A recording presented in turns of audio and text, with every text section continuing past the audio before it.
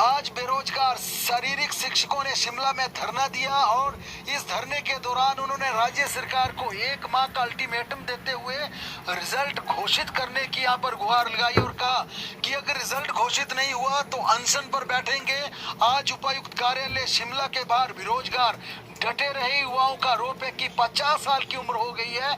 2150 शारीरिक शिक्षकों के पद स्कूलों में खाली है, बावजूद इसके भर्ती नहीं हो पा रही है। छात्रों के विकेट न किया जाए। जेबीटी की बैच वाइज भर्ती को लेकर यहाँ पर बदलाव हुआ है। अब जिला उप निदेशक स्तर पर जेबीटी की भर्ती की जाएगी और भर्तियों में हो रही धांधली को लेकर प्रारंभिक शिक्षा विभाग ने ये बड़ा फैसला लिया है। प्रारंभिक शिक्षा निदेशालय में भर्तियों की वेरिफिकेशन एडिशनल डायरेक्टर की अध्यक्षता में गठित कमेटी कर रही है। शिक्षा विभाग के 4 और अफसर इस कमेटी में शामिल किए गए हैं। बता दें कि सरकार ने बैच वाइज भर्ती के आदेश दिए थे और इन बैच वाइज भर्तियों का प्रोसेस शुरू हो गया है।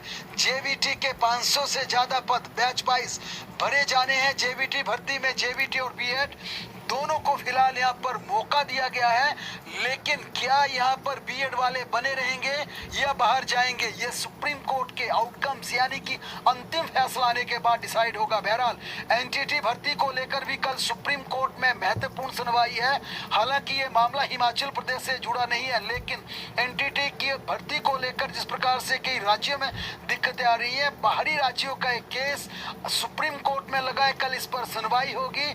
ऐसे में अगर कल कोई बड़ा फैसला एनटीटी भर्ती पर का सुप्रीम कोर्ट से आता है, आदेश पारित होता है, तो जाहिर तौर पर इसका सीधा असर हिमाचल प्रदेश जाए। तो फिलहाल ये फैसला राज्य सरकार ने रोक दिया है।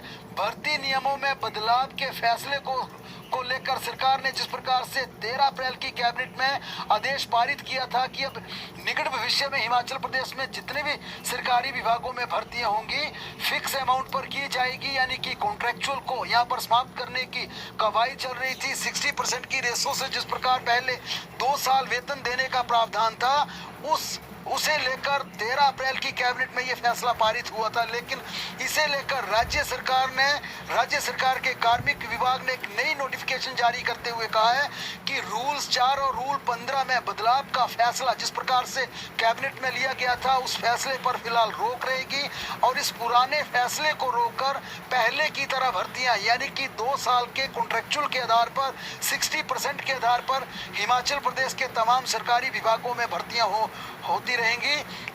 अब कैबिनेट में हुए फैसले को फिलहाल रोक जरूर दिया है, लेकिन उस फैसले को निरस्त नहीं किया है।